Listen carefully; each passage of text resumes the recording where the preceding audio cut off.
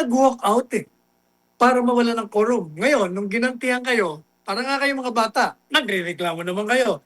Yan ang sinasabi ng mga kababayan natin ngayon. Mukhang marami sa inyo ang hindi karapat-dapat talaga dyan sa Senado. Ang issue na naman ay dapat na raw mag-resign si Senate President Alan Peter Cayetano. Yan ang panawagan ngayon ng SB 11 o yung mga nasa minorya. Alamin natin sa ulat ni Sheena Torno. Ayon sa minority senators, wala umanong kakayahan itong si Senate President Alan Peter Cayetano na pamunuan ang Senado kaya panawagan nila magbitiw na ito sa kanyang posisyon.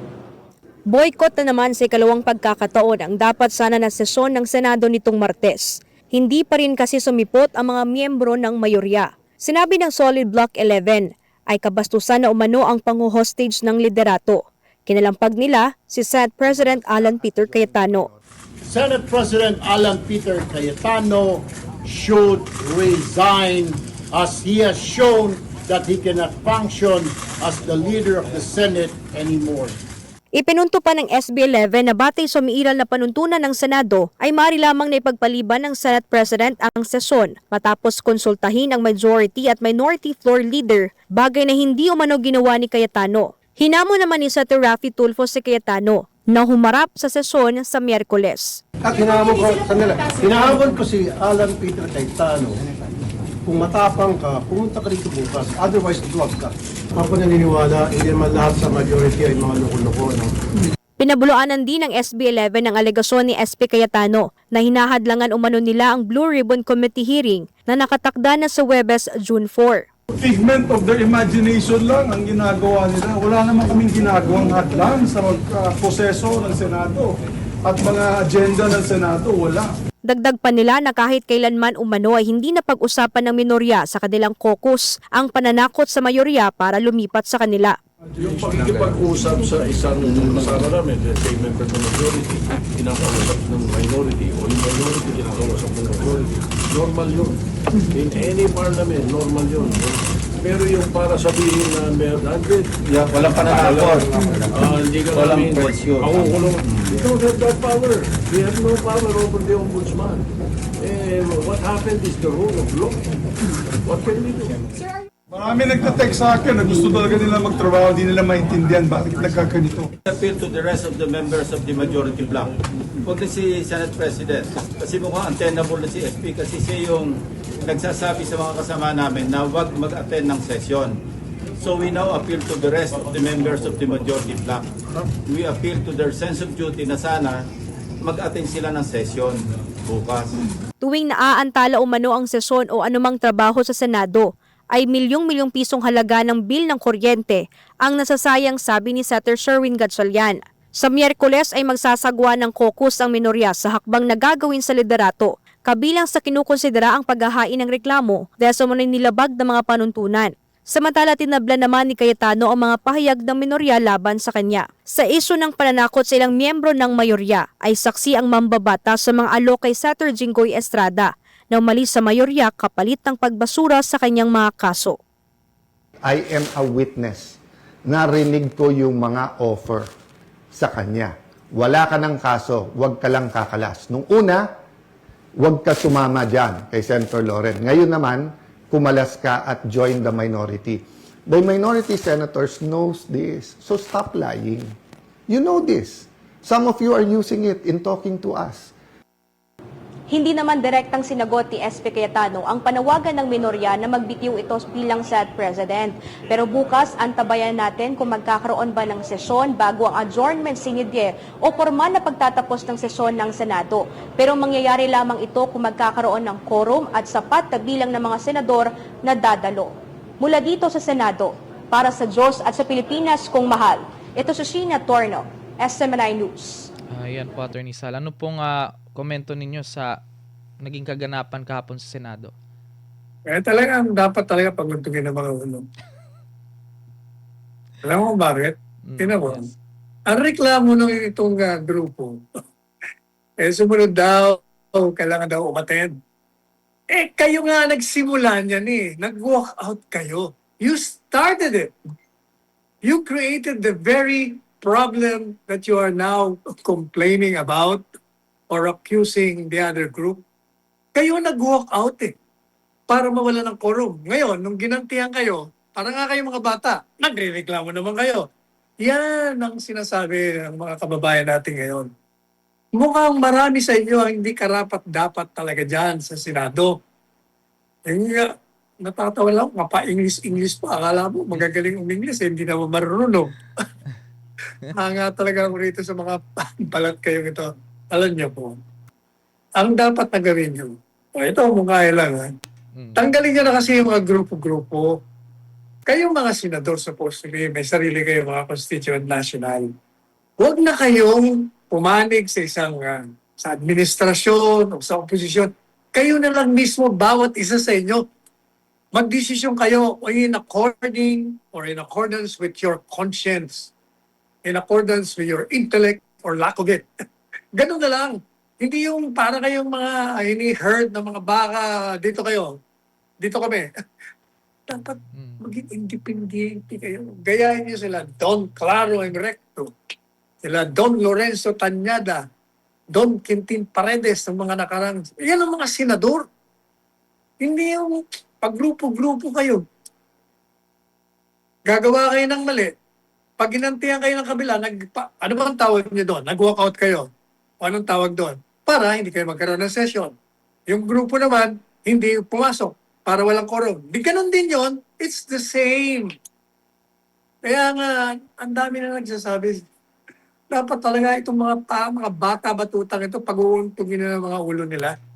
So, mabibilang mo sa daliri ang matitino sa inyo dyan. So, Ayan na. ano pa? Pero Ano pa? You're so exasperating. Apart from being vexing, frustrating.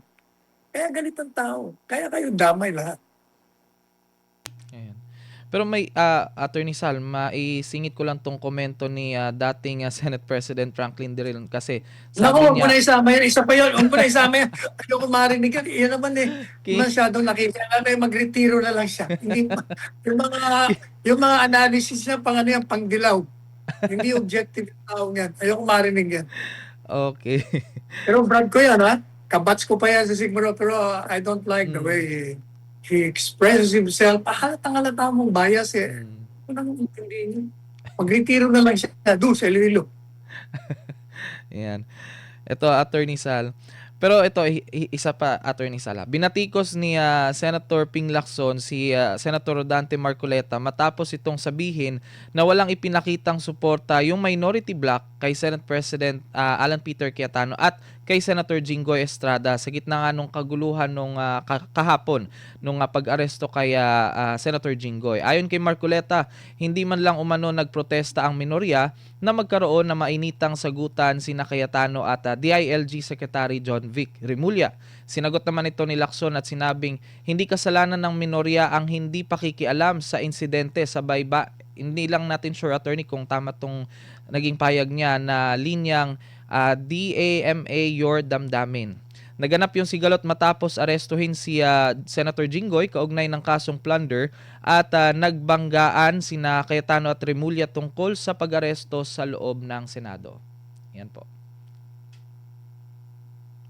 Anong reaction nyo dyan, Attorney Sal, sa naging sagutan din itong dalawa?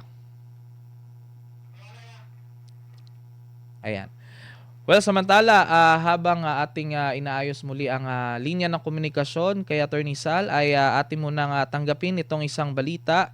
Ipinagliban ng Sandigan Bayan 2nd Division ang arraignment ni Senator Jinggoy Estrada at dating DPWH Secretary Manuel Bunoan at itinakda ito sa Huwebes or ngayong Huwebes. Samantala, nilinaw ng hukuman na hindi nito pagbabawalan si Estrada kung nais nitong dumalo sa mga pagdinig sa pamamagitan ng video conferencing. Alamin natin sa report ni Margot Gonzalez. Walang posas at hindi dapat pasuotin ng BJMP uniform. Ito ang agad na naging apila ng abogado ni Senador Jinggoy Estrada sa itinakdang arraignment nitong Martes sa Sandigan Bayan 2nd Division kaugnay ng kasong graft. Ayon kay Atty. Noel Austria, legal counsel ni Estrada, hindi dapat tratuhing preso ang senador sa panahon ng pagdinig dahil kusang loob itong sumuko at nakapagpiyansa naman. Dahil dito, inatasan ni Presiding Justice at Chairperson Geraldine Econg ang kampo ni Estrada na magsumite ng written motion upang mabigyan din ng pagkakataon ang prosecution na makapagkomento. Humiling din ang kampo ni Estrada na payagan siyang dumalo sa mga pagdinig sa pamamagitan ng video conferencing. Ayon kay Econg, pinapayagan naman ito ng hukuman. Gayunman, nilinaw niyang hindi maaring utusan ng Korte ang Senado na payagan ang senador na gampanan ang kanyang legislative duties sa pamamagitan lamang ng video conferencing. Nag-motion din ang kampo ni Estrada na ipagpaliban ng arraignment habang nagkabindi ang kanilang mga motion. Pinayagan naman ng mga maestrado na marinig mismo ang panig ng senador. Sa pagdinig, sinabi ni Estrada na nais niyang ituloy ang arraignment. Ngunit kinontra ito ng kanyang abogado. Dahil dito, inatasan ng Presiding Justice Estrada at ang kanyang abogado na mag-usap muna upang mapagkaisahan ang magiging posisyon ng kanilang kampo. Sa huli, pumayag si Estrada na maipagpaliban ang arraignment. Samantala, humiling din ang kampo ni dating DPWH Secretary Manuel Bunoan na maantala ang arraignment dahil sa kondisyon ng kanyang kalusugan. Ayon sa kanyang abogado, nasa 160/90 ang blood pressure ng dating kalihim. Naka-wheelchair si Bunoan nang humarap ito sa hukuman. 2 beses din siyang isinilalim sa blood pressure monitoring ng medical team ng Sandigan Bayan habang nasa loob ng korte. Matatandaang na-ospital si Bunoan matapos magkaroon ng mataas na presyon ng dugo kasunod ng kanyang pagsuko sa PNP CIDG matapos maglabas ng warrant of arrest ang Sandigan Bayan 5th Division kaugnay ng kasong plunder. Naghain na rin si Bunoan ng motion sa Sandigan Bayan 5th Division upang mailagay siya sa hospital arrest.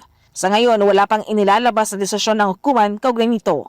Sa huli, pinagbigyan ng Sandigan Bayan 2nd Division ng kahilingan ng 2 kampo at inilipat ang arraignment sa Huwebes ng hapon.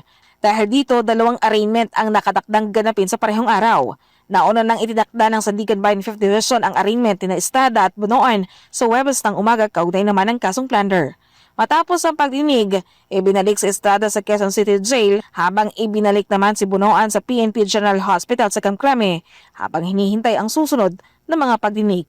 Para sa Diyos at Pilipinas kumahal, Merrick Gonzalez, SMNA News. Ayan po, Attorney Sal. Medyo nawala po kay kanina sa linya. Pero gusto niyo po bang balikan yung naging sagutan ni Senator Ping at ni Marcoleta? Naka-mute po kayo, Attorney.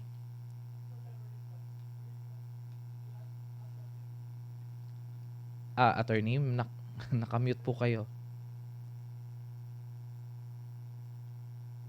Yung away ng Ayan. dalawang senador, Yes, Attorney. alam mo yung dalawang yan. Nagbababag na nagbababag, publicly pa. Buti pa kaya, punta kayo sa ring, suot kayo ng mga boxing gloves, magsuntukan na lang kayo dahil personal na mga galit nyo sa isa't isa. Nadadama yung trabaho nyo sa Senado. Una-una, pinag-uusapan nila yung pag-aaresto. Yung isa, nagre-reklamo, bakit naman kayong nandiyan sa majority, hindi man lang kayo nagpakita ng ng suporta. Ano naman klaseng suporta? Yung sasamahan nyo na inaaresto. Alam po ninyo,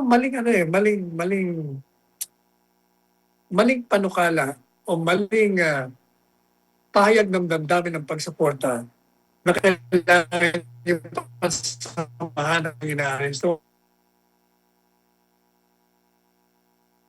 Yung warrant of arrest, galing sa hukuman Pilipinas O edi galang nyo, hindi naman kayo kailangan sumama para ipakita ang suporta nyo. Mapapakita nyo yung suporta nyo, dalawin nyo sa kulungan. So yun, magpapakita niya. Pero yung mga papakita pa na lalapit kayo sa kanya, ganun talaga. Sundin nyo yung batas. There are many ways of showing support. Hindi kailangan ng hayagan doon sa may media na nandiyan, pinapakita yun. Mariosip kayo talaga. Kaya tingnan mo, alam mo ba yung aking nababasa sa mga comment ko sa TikTok? Yes, Attorney. Mga bata, mga payaso do, mga clowns itong mga siya. Ang dami. Ay, nako. Mag-boxing na lang kayo sa ring. Huwag niyo idamay ang institusyon. O, ito namang demanda. Ano bang bakit daw, anong pinag-didebatihan nila sa Sandigan Bayan tungkol doon sa kaso ni Estrada? Ipinagpaliban daw muna yung arraignment, Attorney Sal, Dahil? Yes. Lalo na itong kaya dating DPWH Secretary kasi nga po nagkaroon siya ng alta presyon. So ipinagpaliban muna ng Sandigan Bayan at saka yung isa pang issue, Attorney Sal, ay nilinaw naman ng Sandigan Bayan na hindi nila pipigilan si Senator Jinggoy na dumalo kung merong mga sesyon sa Senado, Attorney Sal, sa kabila ng kaso niya. Unang-una, yun naman pagpapaliban dahil may sakit. Okay naman yun. Yun naman pagpaparticipate, okay pa rin yun. Wala naman. There's nothing earth-shaking about that. Wala yun, ordinary lang yun. Sama sa kaso yun. Ayan. Ayan, maraming salamat po, Attorney Sal. Samantala, ito pa,